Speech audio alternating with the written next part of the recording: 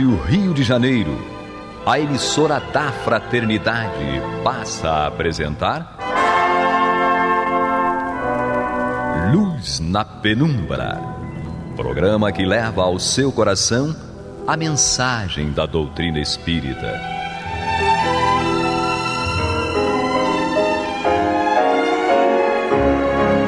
E com vocês, Eduardo Araújo, para o estudo de O Livro dos Médiuns, da obra codificada por Allan Kardec. Olá, prezados amigos da Rádio Rio de Janeiro, sejam todos muito bem-vindos. Passou rapidinho, não passa, Paulo Renato? Uma semana? Ah, sim, com certeza. Passa rápido, temos a alegria de estarmos aqui mais uma vez reunidos para juntos estudarmos o Livro dos Médiuns de Allan Kardec. Já falei aí, Paulo Renato, seja bem-vindo. Obrigado, Deus nos abençoe. E você que sentiu muita saudade dela, ela está de volta, Paulo Renato. Que Jesus nos Maria conduza. de Fátima Miranda. Gratidão, E o Senhor. pardal que chegou voando, ele não se atrasa porque ele voa. Não Isso tem é uma trânsito, vantagem, né? não tem trânsito, né? Imagina se tu pudesse vir voando lá de Bangu, Paulo Renato. Puxa, ia ser bom, evitaria o engarrafamento da linha vermelha, a Avenida Brasil. É o sonho do Paulo Renato, vir voando lá de mesmo. Bangu. É mesmo. Só desencarnando, Paulo. Não, então deixa eu pegar meu trânsito mesmo. Eu gosto de engarrafamento. Rapidinho ele mudou de ideia, tá vendo? Então, Paulo Renato, que não quer desencarnar, vai continuar pegando trânsito. O engarrafamento nos dá a oportunidade de exercitar a paciência. Nós estamos aí na segunda parte de O Livro dos Médiuns, capítulo 4, da Teoria das Manifestações Físicas. E hoje vamos iniciar o item... Qual 7 item? 9. 7 e 9. Então vamos nós aqui. A Miranda caridosamente está lendo para mim. Vamos nós. Vamos lá. Quando se produz o vácuo na campânula, é isso? É. Da máquina pneumática, essa campânula adere com força tal ao seu suporte que impossível se torna suspendê-la, devido ao peso da coluna de ar que sobre ela faz pressão.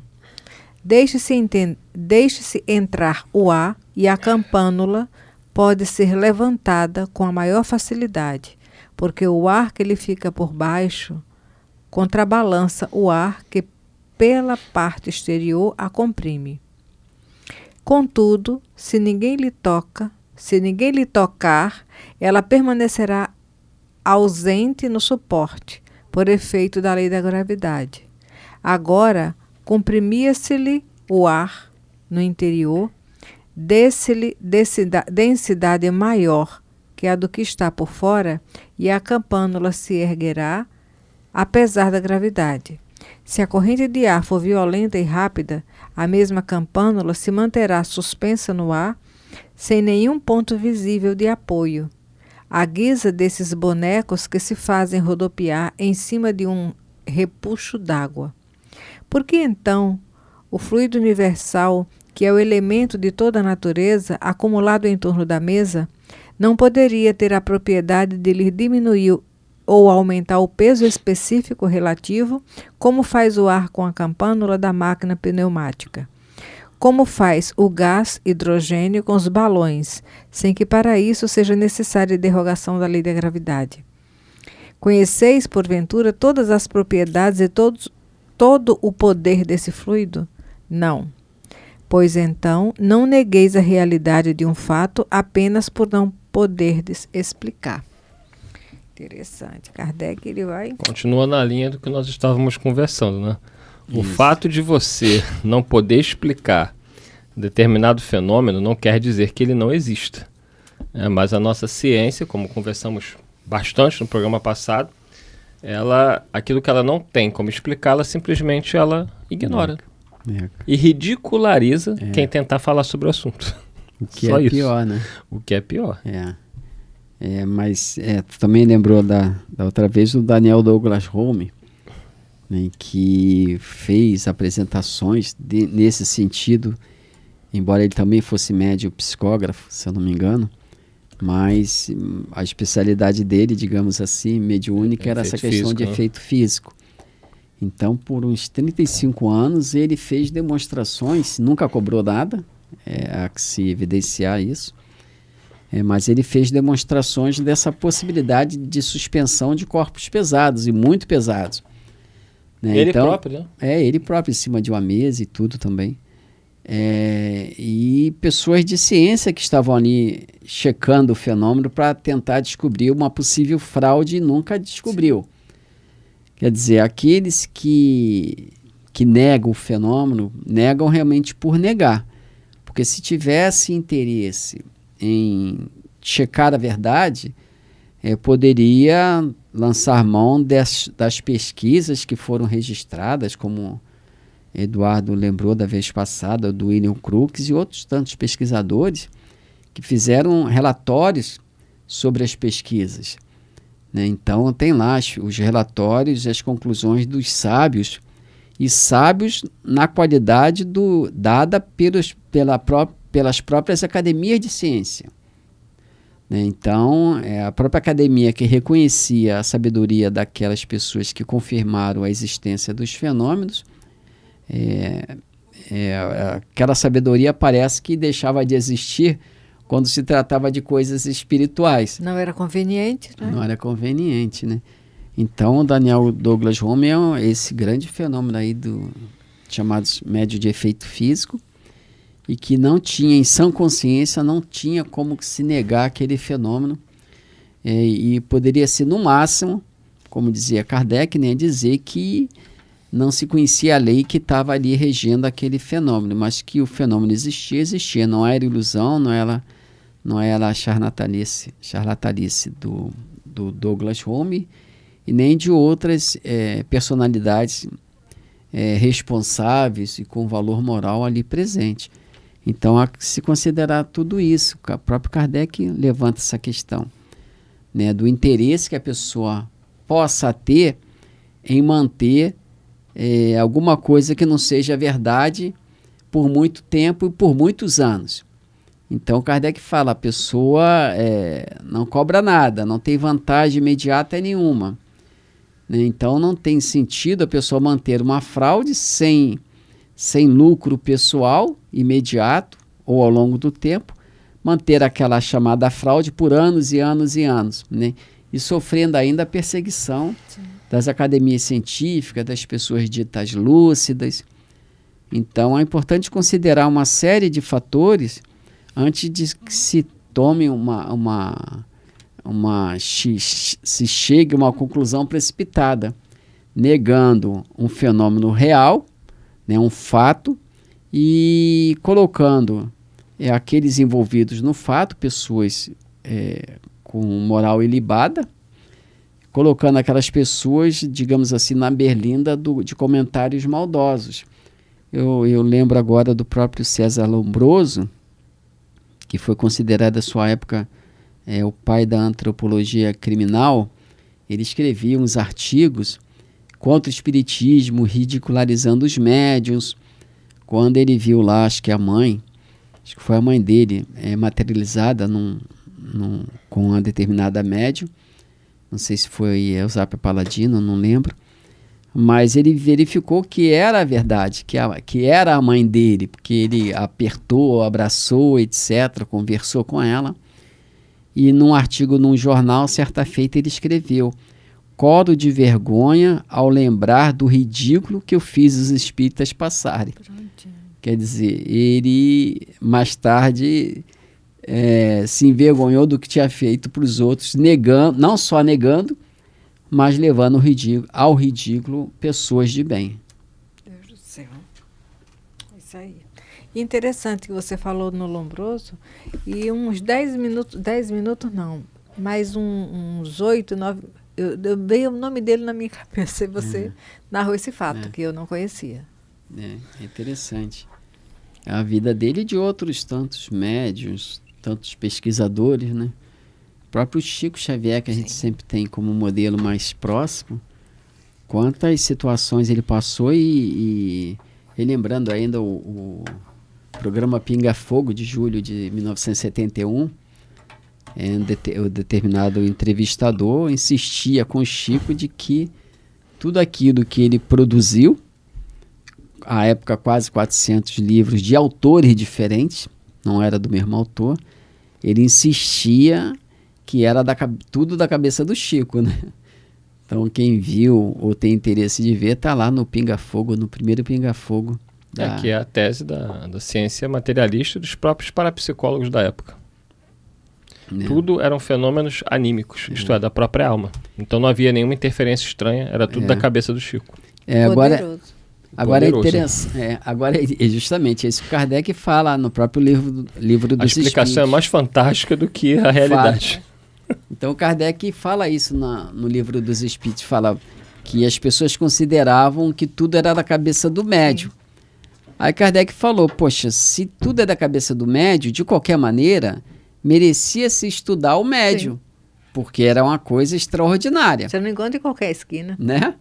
Mas como há superficialidade em tudo, eles deram a resposta precipitada de que era da cabeça do médium, aqueles fenômenos todos, os escritos, os ditados e tudo, e aí pensaram em encerrar a conversa, né? Encerrar aquela série de fenômenos. Tudo é da cabeça do médium e acabou. Quer dizer, Kardec disse que isso não é atitude de um homem de ciência. Porque o homem de ciência, quando descobre algo que vale a pena ser investigado, ele vai a fundo, se debruça sobre aquele fato anos e anos e anos.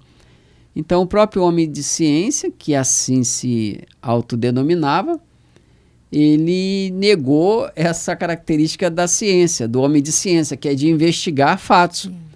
Então, a mesma coisa com o Chico. Se o Chico podia reproduzir quem ele quisesse em obra literária, né, não só poesias, poemas, não só em livros de natureza científica, de conteúdo científico, se ele podia reproduzir todo mundo que ele quisesse... Foi maior do que cada um deles individualmente, podia ter ganho muito dinheiro. Então, por que deixaram ele de lado? Não era um excelente material para pesquisa, né, para investigação? Mas não, com a resposta que tentaram dar, que deram, isso é da cabeça dele, pensaram em largar ele de lado, né? Pensaram em largar ele de lado, tudo da cabeça dele. Como que se não fosse importante investigar, se fosse assim, investigar uma pessoa que consegue captar o pensamento de todas as pessoas do mundo, né? Porque a realidade era essa deles, e mais que isso, pudesse sondar a própria alma da pessoa de forma que pudesse buscar aquilo que ela tinha esquecido, né? Porque a leitura de pensamento é aquilo que está na consciência da pessoa. Mas o Chico, nas mensagens, ele registrava fatos que a pessoa desconhecia, que não era dela, era de um parente, ou fatos que fazia muitos anos que a pessoa nem mais se dava conta daquilo. Então, realmente, essas pessoas que agiram assim, com relação ao Chico e outros tantos, não podem, em sã consciência, ser consideradas homens de ciência ou homens de bom senso, porque não são. Embora se digam como tal, não são. É isso aí, vamos dar continuidade, Maria de Fátima Miranda. Quem está perdido, vamos achá-los. O item 80 da teoria das manifestações. É um item até pequeno, né? Vamos ver se a gente conclui ele agora. É isso aí, vamos lá. Então vamos nós. Voltemos à teoria do movimento da mesa. Se pelo meio indicado o espírito pode suspender uma mesa, também pode suspender qualquer outra coisa, uma poltrona, por exemplo. Se pode levantar uma poltrona, também pode, tendo força suficiente, levantá-la com uma pessoa sentada nela. Só um detalhe, essa força suficiente não é força física, tá? Não. Porque a gente tende a associar a fala dos espíritos à questão da matéria. Está falando de força fluídica necessária. É necessário uma riqueza maior, né? Um fluido mais abundante para que isso aconteça. Assim como na questão do avião, existem forças atuando ali para que ele levante o voo e permaneça lá, né? Gases, Então, quando se fala força, é realmente bem lembrado. Quando Santos Dumont começou com essa ideia, junto com outro companheiro lá americano, que eu esqueci o nome, foram ridicularizados, né? Riam deles, mas os princípios da aviação estavam ali. Os irmãos Wright. Isso, alguma coisa assim. Tem até uma polêmica para ver quem fez o primeiro avião. Quem foi quem na história. Mas o fato é que os dois, né? Os irmãos e o nosso Santos Dumont, eles colaboraram, né, naquilo que parecia uma coisa totalmente absurda, e hoje nós estamos aí com aviões impressionantes que atravessam o mundo, né? Boeings espetaculares. E ao longo do tempo, muitos acidentes, mas hoje cada vez mais seguro. Né? É porque nas grandes descobertas, as ideias, as antenas que são justamente, né, as mentes, elas são muitas que recebem, mas nem todas estão devidamente posicionadas para... Agora, tem um detalhe que o Paulo Renato não sabe, o Pardal, mas a Miranda queria ser pilota de avião. Vixe, Maria, meu filho. Paulo Renato queria voar de Bangu até aqui. Seria bom. Seria bom, mas desencarnando ele não quer. Não. Miranda quase foi pilota, né? Faltou só o quê, Miranda? História. O que faltou para tu ser pilota? Faltou tudo. Eu devo ter sido em outro lugar. Porque, na realidade, na minha infância, eu lembro do médico, minha mãe levava para o hospital, e ele conversava, ele sempre interagia. Eu pequena. Aí ele, quando você crescer, você quer ser o quê? Eu dizia, motorista de avião. Motorista. Bom, deve ser mais fácil ser motorista de motorista avião. De avião. Aí ele, mas não é motorista, ia me explicar como é que funcionava o avião, doutor Heitor. Vamos lá. É o nome do meu filho aí, ó. Doutor Heitor. Excelente. Mas tu imagina, tu tá lá em Bangu e tu sabe que tá passando um avião em cima da tua casa, tu sabe que a Miranda tá pilotando, tu ia se sentir tranquilo?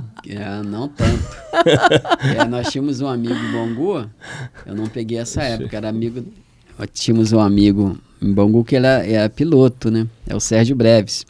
Ele chegou a piloto, né? Ele era piloto, Alessi que o conheceu muito bem. Eu conheci. Nosso Sérgio Breves aqui da rádio. Né? Segundo consta, psicólogo. Ele era piloto. E a Alessi dizia que o pessoal sabia quando era ele que estava passando lá com casca. Ele dava uns rasantes lá em Bangu e o pessoal ficava preocupado, mas até onde eu sei, era um excelente piloto. Mas graças a Deus, aprontava essas coisas de vez em quando. Então a gente... Com o avião sobre a cabeça, a gente sempre fica preocupado, né? Não importa quem isso naquela época, hein? Naquela época. O próprio Chico deu notas lá dizendo que estava preocupado com o avião que ia cair, que tinha a possibilidade de cair, né?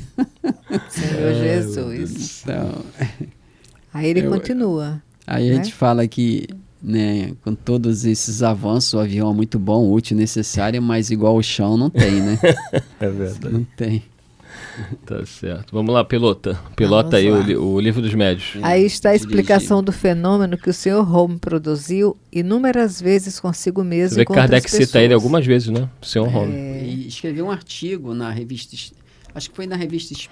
Kardec escreveu um artigo em 1858 sobre o Daniel Douglas Home. Aí ele diz, repetiu durante uma viagem a Londres... E para provar que os espectadores não eram joguetes de uma ilusão de ótica, fez no forno, enquanto suspenso, uma marca a lápis e que muitas pessoas se lhes passassem por baixo. Sabe-se que o Sr. Holmes é um poderoso médium de efeitos físicos. Naquele caso, era ao mesmo tempo a causa eficiente e o objeto. Interessante, estava me lembrando do Mirabelli. Mirabelli também, Jesus.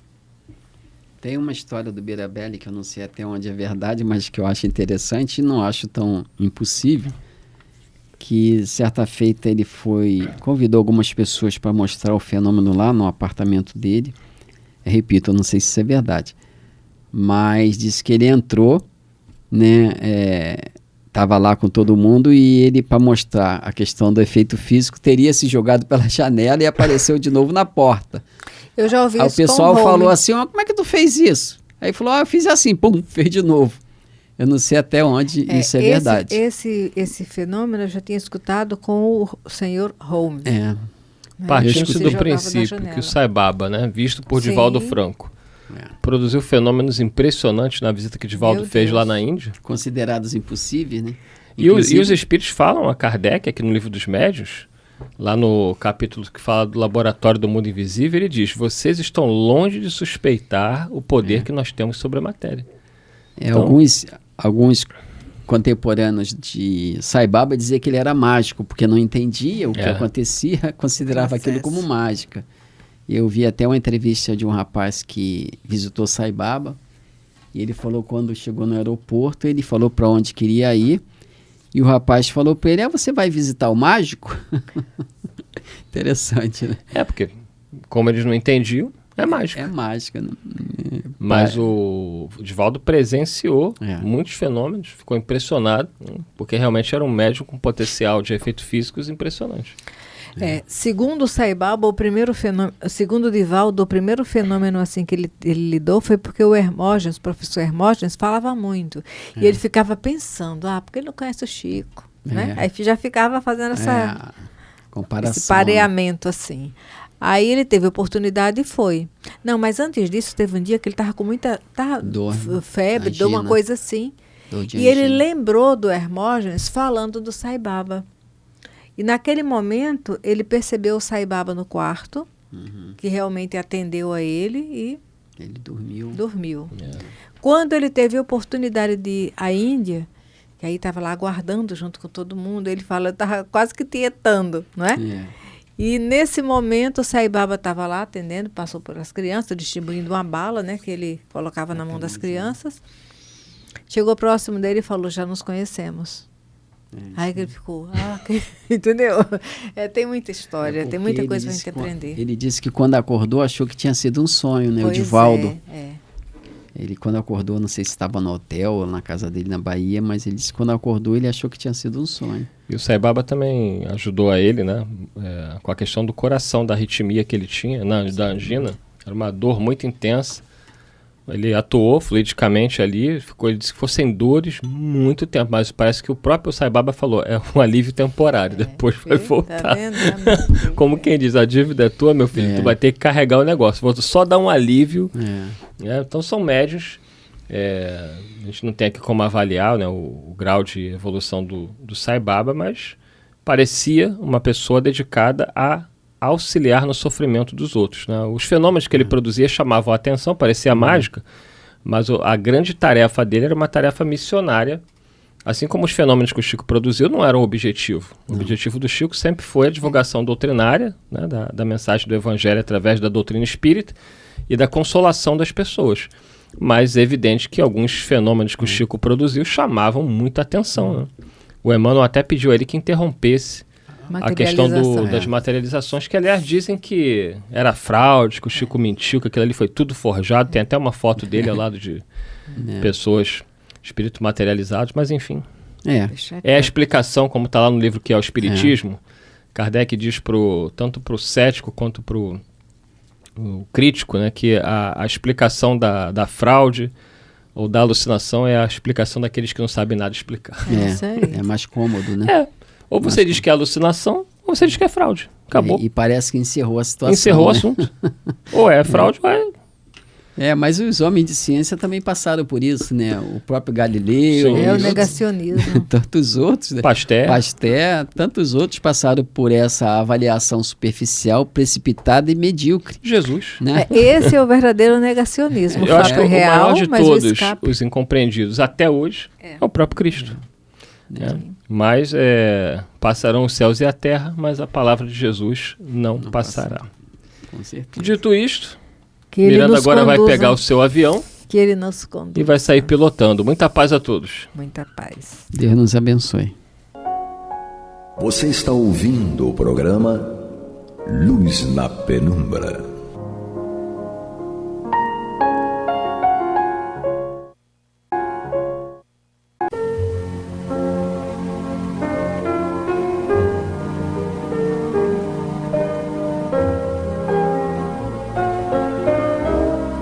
A Rádio Rio de Janeiro está levando ao seu lar e ao seu coração a mensagem consoladora da doutrina espírita, através do programa Luz na Penumbra.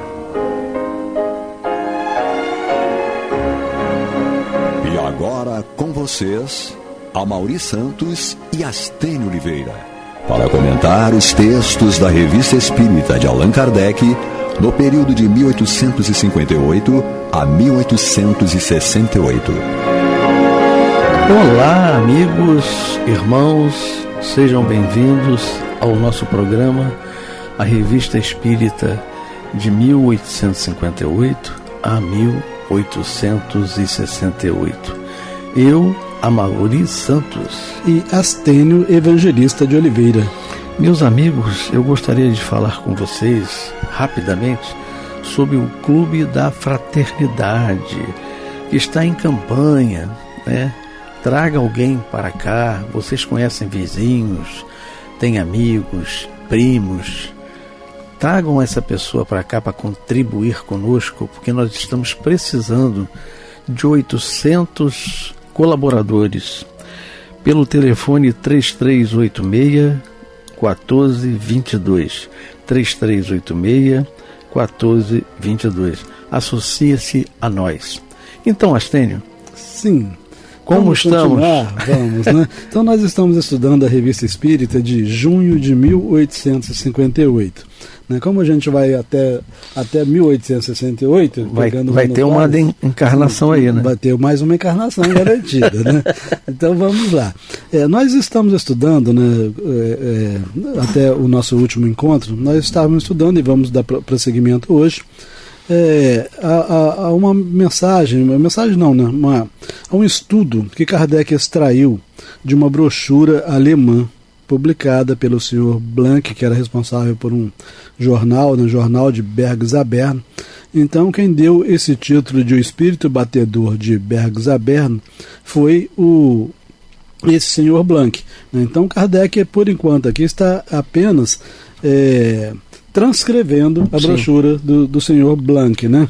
E dessa brochura, o que nós vimos por último, né, para podermos pegar o fio da meada, esse Sr. Blank dizia o seguinte: ele estava narrando o que acontecia lá na casa onde ocorria esses fenômenos do espírito batedor de Bergzabern, né? Então ele dizia o seguinte: é preciso acrescentar que a criança, então era uma menina, né, de 11 anos, não queria que ninguém ficasse de pé, ficasse ao pé de sua cama, perto do armário, o que entre os dois móveis deixava um espaço de aproximadamente um pé, então entre a cama e o armário.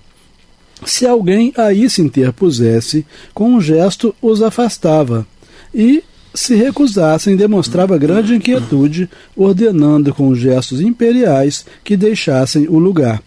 Uma vez ela exortou os assistentes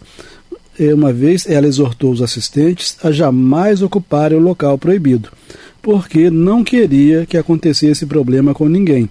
Era tão positiva essa advertência que ninguém a esqueceu daí por diante. Então, muito provavelmente, ela, orientada pelos espíritos que estavam provocando o fenômeno, certamente não eram espíritos superiores, isso nós já aprendemos, né? E para ninguém levar uma pancada, né? Provavelmente, né? Então, talvez fosse o espaço em que esses espíritos ocupavam, entre aspas, né? Porque os espíritos não ocupam espaço, né? É verdade. Mas é onde eles estavam em ação, né? E não queria ninguém interferindo, provavelmente vibratoriamente, alguma coisa nesse sentido. É como se ali fosse o laboratório deles, né? Perfeito. Eles faziam as armações ali. Bom, e aí a gente prossegue então, ainda com o Sr. Blank falando, dizia ele: algum tempo depois, às pancadas e arranhaduras, juntou-se um zumbido comparável ao som produzido por uma grossa corda de violoncelo. Então continuavam as arranhaduras, as pancadas e, ao mesmo tempo, um som produzido por uma grossa corda de violoncelo. Isso parece indicar que não era um espírito sozinho, né? Isso. Né? Porque e devia ser músico. Então provavelmente já um para provocar pancada, outro para provocar arranhadura, né? Enfim, era um grupo de brincalhões. Uma espécie de assobio misturava-se a esse zumbido. Se alguém pedisse uma marcha ou uma dança, seu desejo era satisfeito. O músico invisível mostrava-se muito complacente, né? Então muito paciente, né? Alguém pedia uma marcha, ele ia lá e cumpria, né? Bom, com o auxílio das arranhaduras, chamava pelo nome as pessoas da casa ou os estranhos presentes. A gente vai entender um pouquinho mais isso mais à frente, né? Com o auxílio das arranhaduras, chamava pelo nome, é que eles estabeleceram um código, né? Então, assim, com o auxílio das arranhaduras, chamava pelo nome as pessoas da casa ou os estranhos presentes. Esses entendiam a quem eram dirigidos os apelos. Então, embora fossem arranhaduras, a pessoa tinha um significado, né? A pessoa sabia que era com ela que o espírito estava falando, né? A esse chamado, a pessoa designada respondia sim, para dar a entender que sabia tratar-se dela. Então era executada em sua homenagem um trecho de música, que por vezes dava lugar a cenas divertidas. Então, muito provavelmente, aquela pessoa poderia ter pedido até mentalmente uma determinada música, e o espírito informava pela arranhadura que era ele que ia ser atendido agora, até porque não era um único pedido. Um único espírito também, né? Não era um único espírito, nem um único pedido. As pessoas presentes faziam seus pedidos, né?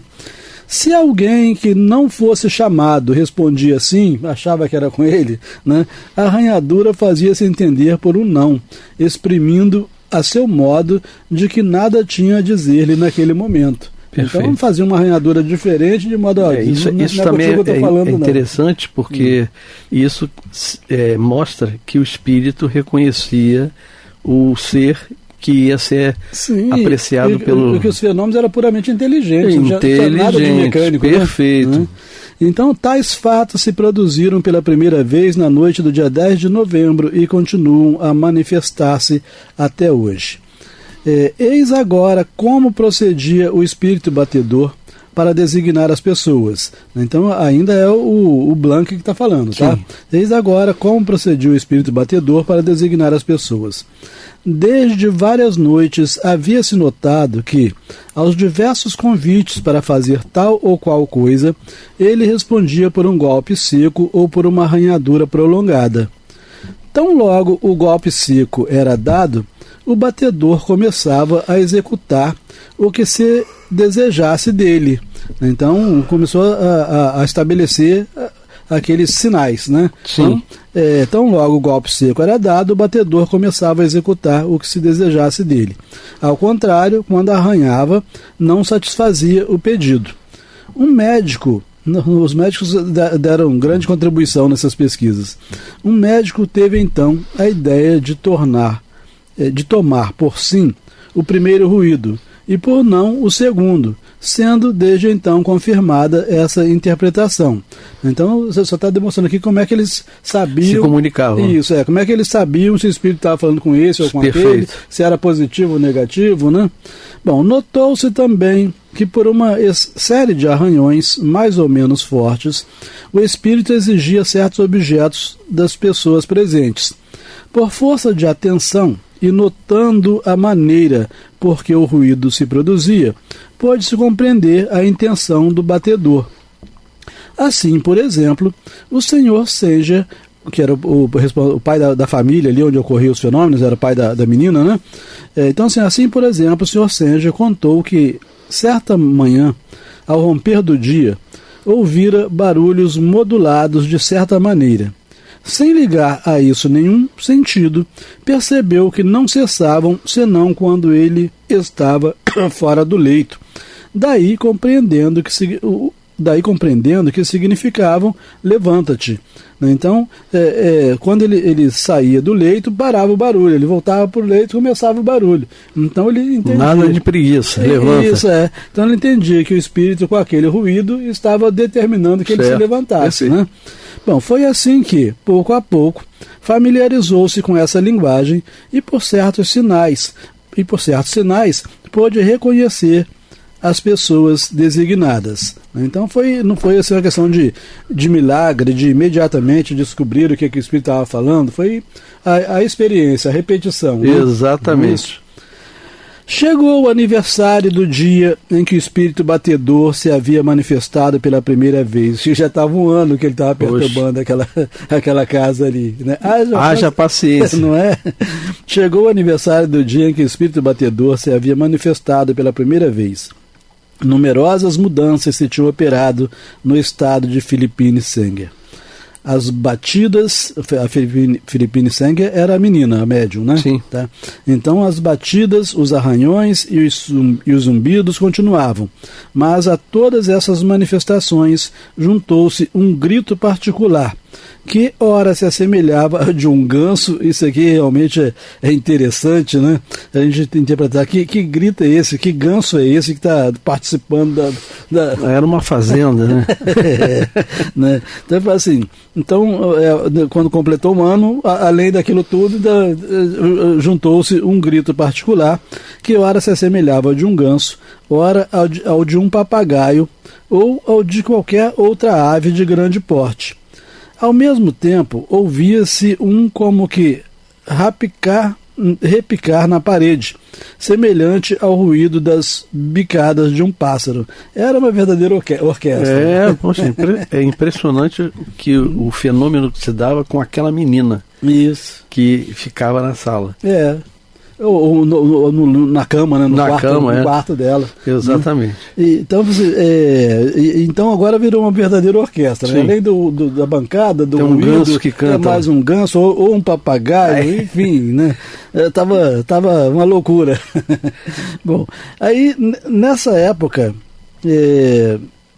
Philippine Senger falava muito durante o sono. Parecendo preocupada sobretudo com um certo animal, semelhante a um papagaio, postado ao pé do leito, gritando e dando bicadas na parede. Então ela viu um papagaio, ela não apenas ouvia, mas ela via, né? Ela era médio vidente, além de efeitos físicos. De efeitos físicos, exatamente. Ouvia, enfim. Desejando-se ouvir o papagaio gritar, este emitia gritos pungentes. Fizeram-se, então, olha só, como é que a gente tem que prestar atenção nas coisas, né? Desejando-se, em princípio, são as pessoas presentes que manifestaram o desejo de ouvir o papagaio gritar. Se esse papagaio entendia que as pessoas estavam desejando que ele gritasse, esse papagaio tinha alguma inteligência. Perfeito. Né? Indicando muito provavelmente que era um espírito humano se apresentando como papagaio. Como papagaio, porque claro. Né, é mais fácil entender desse modo do que... Exatamente. Né, até porque a gente verifica, né, em razão da flexibilidade do perispírito, que isso não é nada impossível. Né? Tem um dos livros do André Luiz em que ele mostra um espírito, né, de uma mulher que ela teria feito vários abortos durante aquela última existência dela e que um espírito lá perverso, né, mas que era hábil em aplicações, né, magnéticas, esse tipo de coisa, a fez transformar-se em loba, né, sabe? Loba. Então se pode transformar um perispírito humano em animal, num lobo, porque não pode um papagaio? Exatamente. Né? Então, desejando-se ouvir o papagaio gritar, este emitia gritos pungentes. Fizeram-se diversas perguntas, às quais respondeu, então o papagaio respondendo pergunta, meu amigo. Né? É um papagaio falante. E não só falante, pensante. Não, né? Então, para responder a pergunta, você denota tem que entender a pergunta. Que é um espírito. Isso, que é um ser humano, né? Exatamente. Então fizeram-se diversas perguntas, às quais respondeu por gritos do mesmo gênero. Várias pessoas ordenaram-lhe dizer, parece que é uma frase estranha aqui, cacatóis parece. Então inventaram uma palavra e queriam que o papagaio falasse aquela palavra. Né? Então várias pessoas ordenaram-lhe dizer cacatóis. E foi ouvida distintamente a palavra cacatóis. Então o bicho era inteligente mesmo. Exatamente. Como se houvera sido pronunciada pelo próprio pássaro. Eles ouviram, então não foi só a Philippine que ouviu, né, os presentes ouviram o cacatóis do tal papagaio. Né? Bom, silenciaremos sobre os fatos menos interessantes, limitando-nos a relatar o que houve de mais notável em relação às modificações sobrevindas ao estado físico da garota.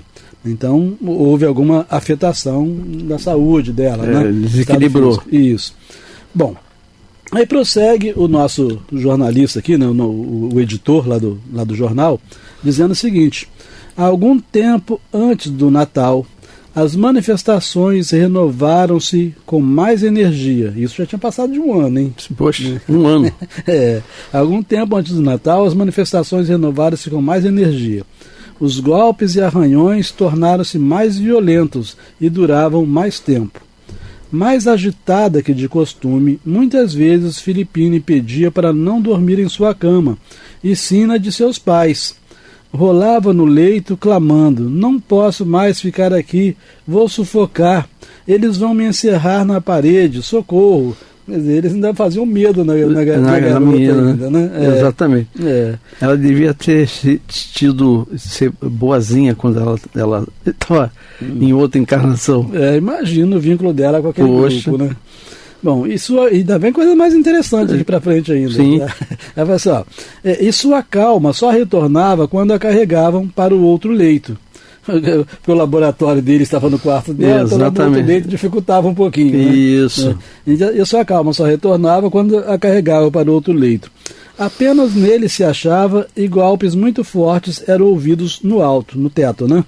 Pareciam partir do sótão, como se um carpinteiro martelasse sobre as vigas. Enquanto ela não estava naquele quarto, isso não acontecia. Foi ela ir para o quarto. Mas ela era perturbada para ir para o quarto. Era muito provavelmente. Né? Eles faziam ela ficar tão incomodada para ela desejar ir para o quarto dos pais. Bom, então apenas nele se achava e golpes muito fortes eram ouvidos no alto. Pareciam partir do sótão, como se um carpinteiro martelasse sobre as vigas. Algumas vezes eram tão vigorosos que a casa ficava toda abalada, as janelas vibravam e as pessoas presentes sentiam o chão tremer sob os pés. Gente, é muita energia. Nossa Senhora. Manipulada por esses espíritos. Né? Imagina a força vibratória que ela tinha. Né? Golpes semelhantes eram dados igualmente contra a parede perto da cama. Às perguntas formuladas, as mesmas pancadas respondiam como ordinariamente, alternando-se sempre com as arranhaduras. Não menos curiosos, os fatos que se seguem reproduziram-se muitas vezes. Então, vamos dizer, são fatos realmente curiosos, interessantes. E mais uma vez, a gente verifica, né? Quem não estuda a Revista Espírita não fica sabendo dessas coisas. Exatamente, porque o livro dos Espíritos, né, ele é um resumo disto aí. Sim, e um resumo teórico, né? Teórico. Aqui a gente está vendo prática. Kardec, né? Ele investigou qualquer fenômeno. Né? Vamos lá. Quando todo o ruído havia cessado e a menina repousava tranquilamente em seu pequeno leito, então tinha um momento que eles paravam. Não ficava a noite toda, não. Não pausavam. Então, quando todo o ruído havia cessado e a menina repousava tranquilamente em seu pequeno leito, viram-na muitas vezes prostrar-se e unir as mãos, mantendo fechados os olhos. Depois virava a cabeça para todos os lados, ora à direita, ora à esquerda, como se algo extraordinário atraísse sua atenção. Então, quando ela virava para a esquerda, ela estava olhando alguma coisa à esquerda, mas só ela via, né? Sim. Quando ela olhava para a direita, ela estava olhando alguma coisa à direita, que também só ela via. Bom, um amável sorriso corria-lhe então sobre os lábios. Dir-se-ia que se dirigia a alguém. Estendia as mãos e por esse gesto compreendia-se que apertaria as mãos de alguns amigos ou conhecidos. Então ela estendia as mãos como se ela pudesse, de fato, apertar a mão de alguém que só ela via. E provavelmente tinha massa, né? Ela só via. A gente não sabe, me parece que em princípio, se tivesse massa, os outros também poderiam ver, né? Sim. Então, quer dizer, ela tinha a impressão de que ela poderia apertar. Ela tocava no invisível e sentia. Viram-na também, depois de tais cenas, retomar sua primeira atitude suplicante, unindo novamente as mãos e curvando a cabeça até tocar o cobertor, após o que se endireitava e derramava lágrimas. Então suspirava e parecia orar com grande fervor. Nesses momentos, sua fisionomia se transformava. Ficava pálida e adquiria a expressão de uma mulher de 24 a 25 anos. Né? Isso, para quem se dedica um pouco, né, a esses estudos, verifica que muito provavelmente participava daquela equipe de espíritos inferiores. Sim. Uma mulher nessa faixa de idade. Né, a ponto de incorporar-se a ela e alterar a própria imagem dela. Então fala assim, então suspirava e parecia orar com grande fervor. Nesses momentos sua fisionomia se transformava, ficava pálida e adquiria a expressão de uma mulher de 24 a 25 anos. Lembrando que ela tinha 11, né? Sim. Muitas vezes, esse estado durava mais de meia hora, durante o qual só exclamava era uma exclamação mesmo, né? As batidas, os arranhões, o zumbido e os gritos cessavam até o momento de despertar. Então tinha algumas horas de repouso pelo menos, né? Até porque... A energia que ela emanava, né? E os espíritos davam tempo, né? Sim. Até porque nada está absolutamente sem controle, né? Exato. Tinha uma razão de ser aquela perturbação. E os espíritos superiores, os próprios anjos da guarda dela e tal, não iria permitir que eles se incomodassem a ponto de ela não poder descansar. Exatamente. Né? Bom, então o batedor novamente se fazia ouvir. De manhã, acordou, tá ele lá. Não tinha era o relógio, não tinha trabalho não, cara. O nosso tempo está avançando, né? Vamos só concluir esse parágrafo, né? Então, pessoal, então o batedor novamente se fazia ouvir, procurando executar áreas alegres. Então ele era até um pouco caridoso, né? Então, exatamente. Já tinha tido tanta paciência à noite que agora ele tentava dar uma amenizada, tá? Então ele diz assim, ó. Então o batedor novamente se fazia ouvir, procurando executar áreas alegres, de modo a dissipar a impressão penosa deixada na assistência. Ao despertar, a criança estava muito abatida, né, com aquela experiência. Cansada, né? Isso, podia apenas levantar os braços, e os objetos que lhe eram apresentados não ficavam mais suspensos em seus dedos. Se a gente se recorda, no último programa a gente verificava que ela pedia cordões, né, anéis, etc. E aí eles colocava a mão assim acima e eles ficavam flutuando. Flutuando ou presos nas mãos dela, sem que ela estivesse segurando. Exatamente. Né? A gente até lembrou como se ela fosse um imã, né? Exatamente. A mão dela fosse uma espécie de imã. Mas, meu amigo, a gente vai ter que prosseguir essa novela no próxima reunião. Pois é, mas acabou agora, você estava indo tão bem. Estava indo tão bem, né? Pois é, meus amigos, encerramos por hoje esse estudo da Revista Espírita de 1858. Eu, Amaury Santos e Astênio Evangelista de Oliveira. E agradecendo ao Pablo, que está conosco, lembrando a vocês o Clube da Fraternidade. Associem-se, contribuam. Graças a Deus, muita paz.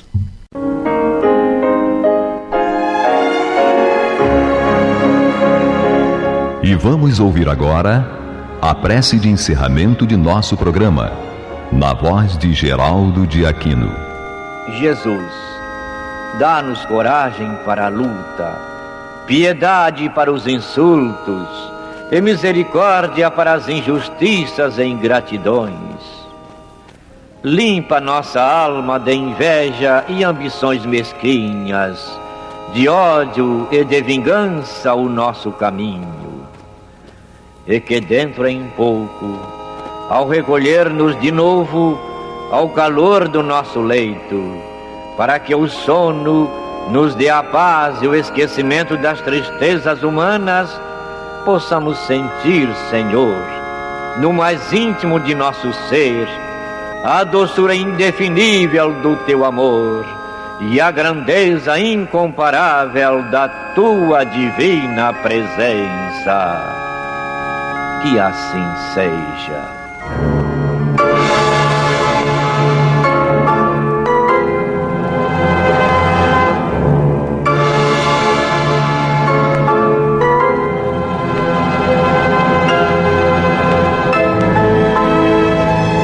Acabamos de apresentar o programa Luz na Penumbra, que voltará a ser apresentado amanhã às 21 horas nesta emissora.